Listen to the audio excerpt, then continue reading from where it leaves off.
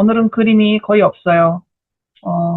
그리고 어쩔 수 없이 이제 성경절 보고 설명하는 내용이 많더라고요.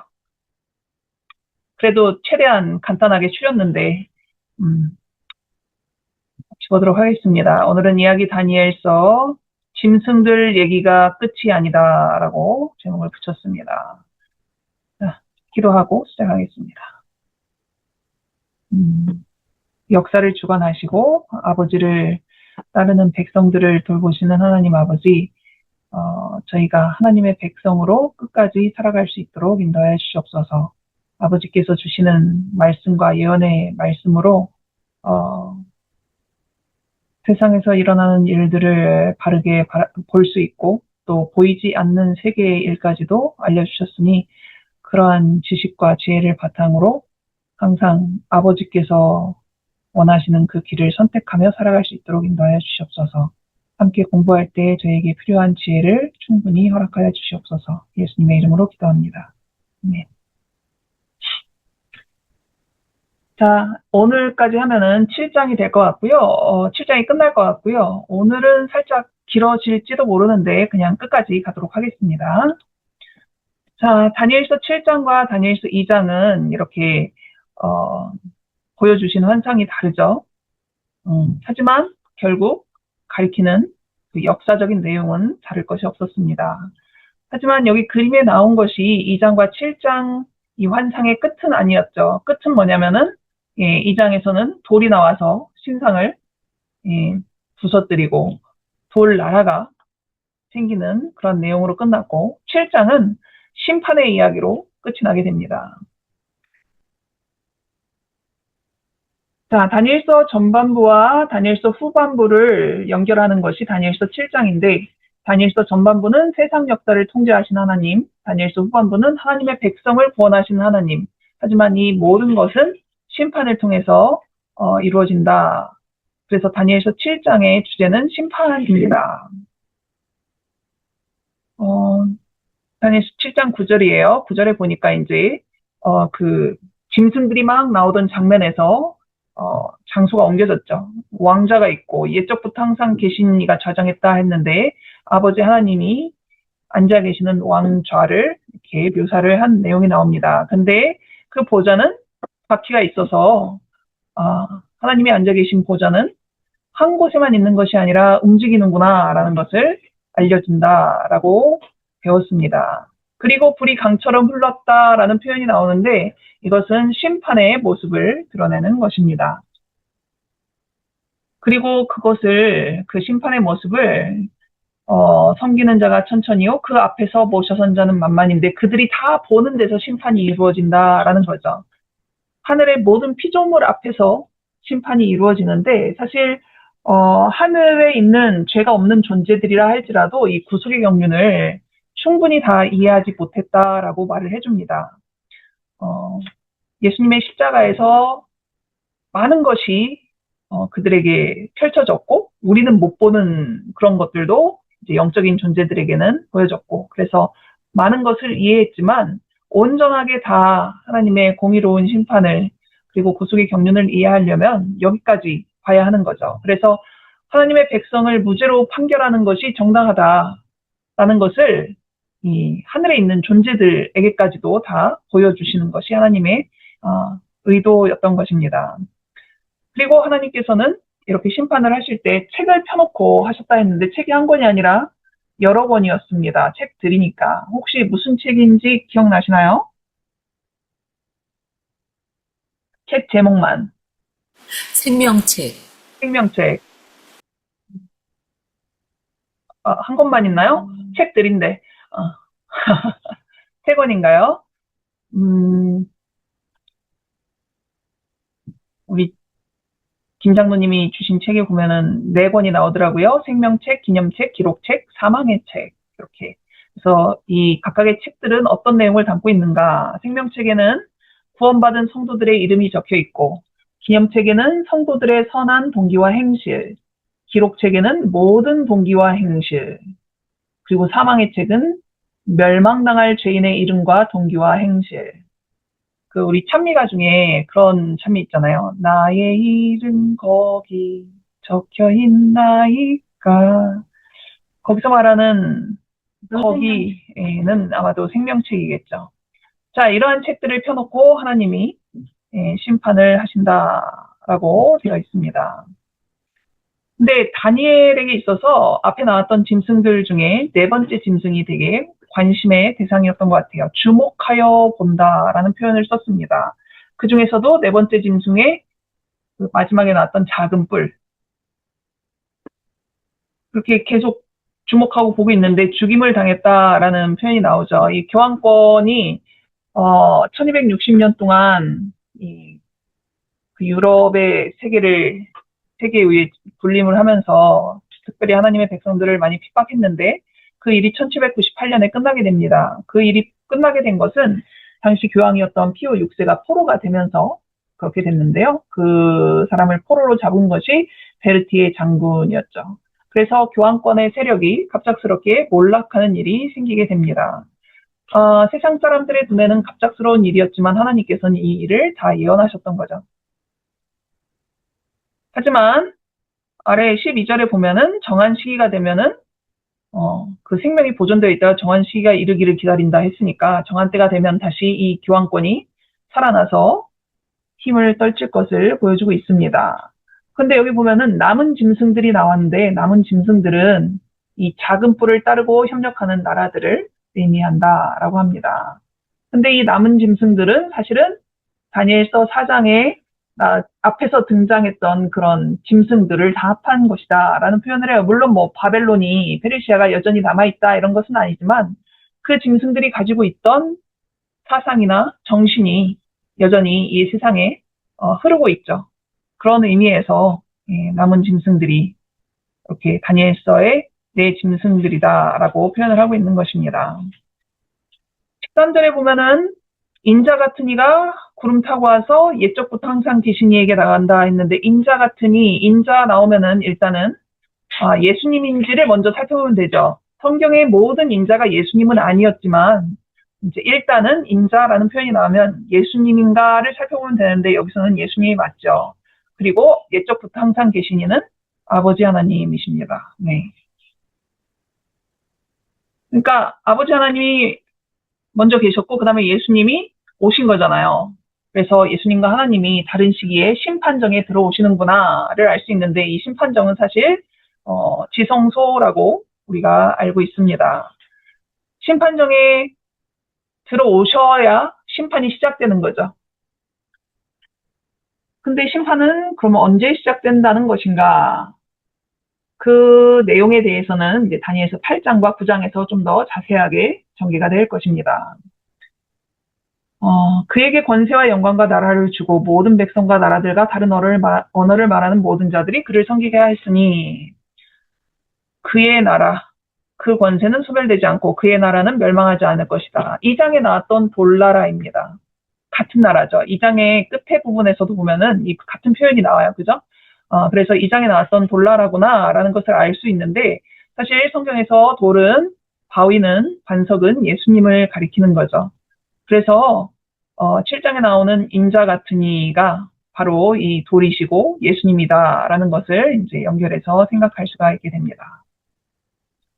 다니엘서 2장에서도 그렇고 다니엘서 7장에서도 그렇고 세상을 다스리던 큰 왕국들이 절대 무너질 것 같지 않은 권세를 휘두르고 가장 큰 나라가 됐었지만 결국은 그 나라들은 무너지고 그들이 가지고 있던 권세는 다음 나라에 빼앗기는 모습을 계속 보여줬잖아요. 그것이 세상에 있는 권세지만 예수님의 권세는 소멸되지 않을 것이다. 영원하다라고 말하고 있는 것입니다. 예수님의 나라라고 했는데 사실 예수님은 주기도문에서 이런 말씀을 하시면서 기도를 마치잖아요. 나라와 권세와 영광이 아버지께 영원히 있사옵나이다.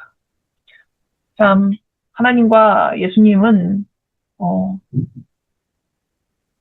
서로에게 이런 것들을 주고 그 영광을 서로에게 돌리고 하는 모습을 볼 수가 있어요. 예수님에게 그런 모든 것을 주셨는데 예수님은 또 아버지께 영원히 있다라고 기도를 하셨네요. 근데 다니엘이 이런 환상들을 보면서 근심하고 번민하게 됐다라고 합니다. 뒷부분에 이제 좀 더 자세하게 나오는데 작은 뿔이 말하는 큰 목소리 때문에 다니엘이 근심하고 번민한다라는 표현을 하게 돼요.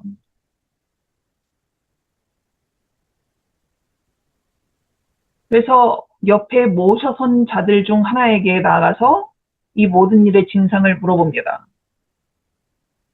그 곁에, 하나님 곁에, 예수님 곁에 모셔선 자들이니까 아마도 천사들 중에 하나일 것이다 라고 우리가 이해할 수 있죠. 이 모든 일의 진상을 물었으니까 아마 저에게 보여주신 이 모든 환상의 확실한 것을 알려주세요. 뭐 이런 식으로 말을 했겠죠. 그랬더니 천사가 대답을 합니다. 해석을 알려줘요. 그런데 17절, 18절을 보니까 너무 간단해.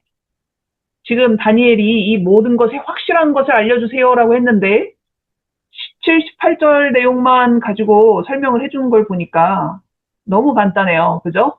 내 큰 짐승은 세상에 일어날 내 왕. 다니엘도 이 정도는 파악하고 있지 않았을까 싶은 그 내용. 그리고 이제 18절에는 지극히 높으신 이의 성도들이 나라를 얻으리니 그 누림이 영원하고 영원하고 영원하리라. 그냥 결론만 띡 알려주는 그런 느낌이죠. 그러니까 다니엘이 충분하지 않았다라고 생각했는지 이야기가 이어집니다. 넷째 짐승, 저도 앞에 거는 잘 알겠는데요. 넷째 짐승은 좀 더 잘 알려주셨으면 좋겠어요. 물론 지난주에 우리가 넷째 짐승에 대해서 어느 정도 풀어서 얘기를 했기 때문에 그 내용은 오늘 다루지 않겠습니다. 예.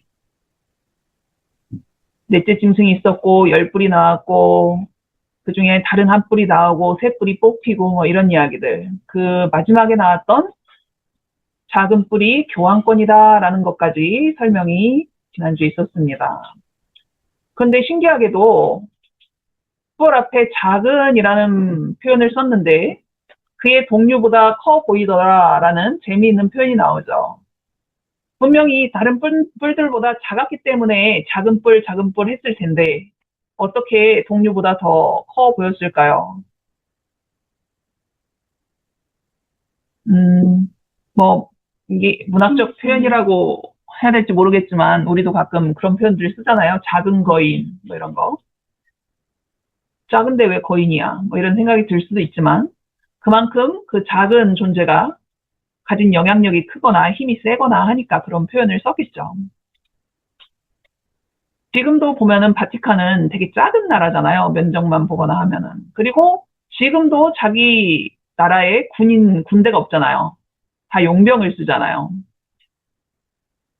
그때도 영토도 작고 군사도 없는데 전 유럽의 왕들을 왕들과 맞서서 싸우기도 하고 다스리기도 하고 그랬단 말이에요.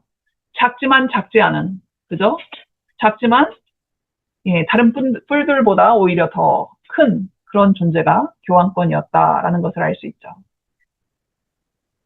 그런데 21절에 봤더니 이 작은 뿔이 성도들과 더불어 싸워 그들에게 이겼더니 괴롭힐 수도 있어. 그런데 성도들이 이겼더라 그러면은 좀 덜 걱정이 됐을 텐데 뭐라고 합니까? 성도들과 뿔이 더불어 싸웠는데 뿔이 이긴 거예요. 하나님의 백성이 진 거죠, 뿔한테. 그러니까 다니엘이 그것 때문에 근심하고 번민했던 것입니다. 다니엘의 관심이 하나님의 백성에게 있었다라는 것을 알면 이 내용이 조금 더 잘 이해가 되겠죠. 22절입니다. 옛적부터 항상 계신 이가 와서 지극히 높으신 이의 성도들을 위하여 원한을 풀어주셨고 때가 이름에 성도들이 나라를 얻었더라. 자, 옛적부터 항상 계신 이 아버지 하나님이죠. 아버지 하나님이 오셔서 지극히 높으신 이의 성도들에게 원한을 풀어주셨다라고 했는데 다른 말로 하면은 심판이 주어졌다. 성도들을 심판하신다라는 뜻이겠죠. 그죠? 심판은 작은 뿔이나 짐승들이 받아야 될 것 같은데 심판을 성도들이 받는 것입니다. 근데 사실은 뭐 꼭 잘못한 사람만 심판정에 가는 게 아니죠. 피해자도 재판정에 가서 이 사람은 가해자가 아니라 피해자이다라는 것을 재판관의 말을 통해서 그래서 이 사람은 무죄하다라는 것도 재판관을 통해서 확정이 되는 거잖아요. 이 심판은 성도들의 무죄를 선언하는 심판이고, 다른 말로 하면 성도들을 옹호하는 심판인 것입니다. 개역 한글에 보면은 지극히 높으신 자의 성도를 위하여 신원하셨고라는 표현이 나거든요. 혹시 신원하다라는 신원이 무슨 뜻인지 정확하게 아시나요? 저는 잘 몰라서 찾아봤습니다. 여기서 나온 신자는 펼칠 신이고, 원은 무슨 원자입니까? 원한을 풀어주다 뭐 그런 거예요? 전혀 몰라요. 막 누구는? 원한 그럴 때 원이에요? 원한을 풀어주다. 네. 전체는 억울하다라는 뜻의 원자. 그래서 이것을 풀다라고 해서 억울함을 펴다, 가슴에 맺힌 원한을 풀어버리다라는 의미로 신원하다라는 표현도 예전 성경에 쓰였기 때문에 지금도 사실 많이 사용하는 언어잖아요. 단어잖아요. 그런데 사실 그냥 그러려니 생각하고 추측은 하는데 가끔 가다 보면은 정확하게 모를 때가 있는 그런 단어인 것 같아서 저 한번 찾아봤었고요. 그러면서 이 천사가 설명을 좀 더 해줍니다. 넷째 짐승은 땅의 넷째 나라. 모든 나라보다 달라서 천하를 삼키고 밟아 부서뜨리고, 열뿔은 이 나라에서 일어날 열왕, 그 후에 또 하나가 일어나고 작은 뿔이죠. 그는 먼저 있던 자들과 다르고 또 새 왕을 복종시킬 것이며, 이런 식으로 천사가 처음보다는 훨씬 더 자세하게 설명을 해줍니다. 교황권은 이 내용을 아주 자세히는 설명하지 않겠지만 서로마 제국이 멸망한 다음에 세워진 게르만 왕국 중에서, 그러니까 유럽의 여러 나라들 중에서 세 개의 나라를 굴복시키고 일어난 종교 세력이 무엇이냐라고 묻는다면 이것은 우리 교회에서뿐만이 아니라 역사가들도 다 같이 교황권이라고 말을 합니다. 그런데 이 교황권이 하는 일들을 25절에서 이렇게 정리를 해놨는데 같은 색깔은 사실 같은 내용이에요. 말로 지극히 높으신 자를 대적한다라고 했는데 지극히 높으신 자가 하나님이니까 하나님을 대적하는 거잖아요. 근데 대적하는 방법이 뭐냐? 때와 법을 변개코자 하는 것입니다. 교황권이 한 일 중에 하나가 안식일을 바꾼 거죠. 그래서 지금은 카톨릭뿐만이 아니라 많은 개신교회가 안식일이 아닌 일요일을 주일이다 하고 예배드리고 있습니다. 그렇게 때를 바꿨고 법을 고쳤다. 물론 안식일도 하나님의 법이죠. 그런데 때라는 말로 안식일을 따로 떼놨다면 법을 고쳤다라는 말은 특별히 어떤 법을 말하는 것일까요? 둘째 계명인 것입니다. 우상을 섬기지 말라라고 했던 둘째 계명인 거죠. 이렇게 작은 뿔은 하나님을 대적하고, 그리고 이제 좀 더 진한 주황색을 보면은 하나님의 백성에 대해 대적을 합니다. 하나님의 백성을 대적합니다. 그런데 그 기간이 얼마나 되냐면 한때, 두때, 반때, 3년 반인 거죠. 3년 반을 몇 개월이냐라고 계산을 하면 몇 개월일까요? 42달, 42개월입니다. 자, 성경 예언을 공부할 때 한 달은 그냥 30일로 계산을 하죠. 그렇다면 3년 반은 며칠일까요?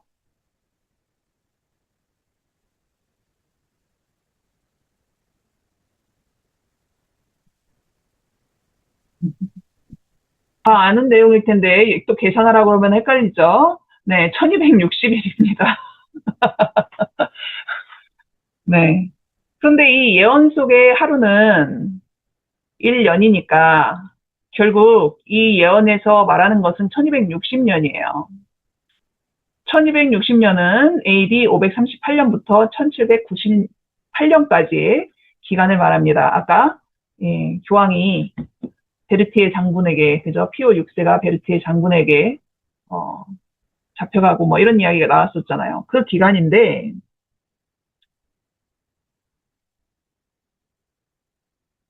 그런 기간이 지나고 나서 1798년 후에, 그 이후에 심판이 시작된다라고 이야기를 했죠. 심판이 시작이 되면 작은 뿔은 교황권은 권세를 빼앗기고 끝까지 멸망할 것이요.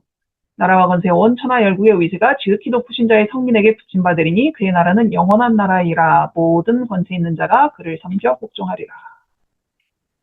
자, 아까도 말씀드렸지만 이 심판은 성도들의 무죄함을 선언하는 심판이고 성도들을 옹호하는 심판입니다. 이 심판을 우리는 성경에 나오지는 않았지만 조사심판이나 재림전 심판이라는 이름으로 구별해서 부르기도 합니다. 그런데 심판이 시작된다라는 표현이 1260년이 끝난 이후니까 심판은 1798년 이후에 시작되는구나 라는 것을 일단 이해할 수 있고요. 그런데 다니엘은 이 말을 듣고 중심이 번민하였다라는 표현을 하게 됩니다. 이게 이제 마지막 절이잖아요. 지금 포로 생활을 시작한 지 약 60년 정도 지났단 말이에요. 사실 그냥 다른 거 다 떠나서 뭐 바벨론에서 유대 민족이 뭐 잘 살게 해줬다더라 혹은 페르시아가 뭐 이렇게 해줬다더라라는 그런 일들이 있었을지라도 포로 생활을 한다는 것 자체는 사실 얼마나 괴로운 일이에요. 가끔 그런 얘기 하잖아요. 미국에 이민 가서 사는 사람들, 많은 경우인지는 모르겠지만, 우리보다 막 잘 살고, 돈도 많이 벌고, 뭐, 그렇게 사는데도 사람들이 그런 사람들 만나면은 잘 하는 얘기 중에 하나가 뭐냐면, 타국 생활이 얼마나 힘들어요. 뭐 이런 얘기 하잖아요. 아무리 돈을 많이 벌고, 좋은 직업을 가지고, 안전하게 산다고 그래도, 내 집이 아닌 곳, 내 고향이 아닌 곳에 산다는 것 자체가 사실 뭔가 힘든 일이다라고 여길 수 있는 부분이 있는 거죠. 그런데 이 사람들은 포로로 60년인 거예요. 그냥 60년간 포로로 지내면서 세대가 바뀌고 그런 것들이 사실 이 백성에게 힘든 일이었을 것입니다. 그런데 다니엘이 생각할 때는 이 유다 백성, 포로로 지내고 있는 이 유다 백성한테 1260일, 3년 반 동안 박해가 있을 것이다 라고 이해를 한 거예요. 지금 다니엘은 그의 관심이 하나님의 백성에게 많이 쏠려 있기 때문에 이들을 보면 늘 마음이 애틋하고 물론 아직도 회개하지 못한 모습을 보면은 또 안타깝기도 하고 그랬겠지만 자기 백성에 대한 그런 애틋한 사랑을 가지고 있는 다니엘인데 이 사람들한테 3년 반 박해가 있을 것이라고 이렇게 이해를 한 거죠. 1260일을. 그러니까 사실은 이것은 다니엘이 오해한 거죠. 아직 다니엘이 이 예언의 내용을 7장 그 환상을 보고 해석을 이렇게 들으면서도 충분히 다 이해하지 못한 상황이다라는 것을 알 수 있는 것입니다.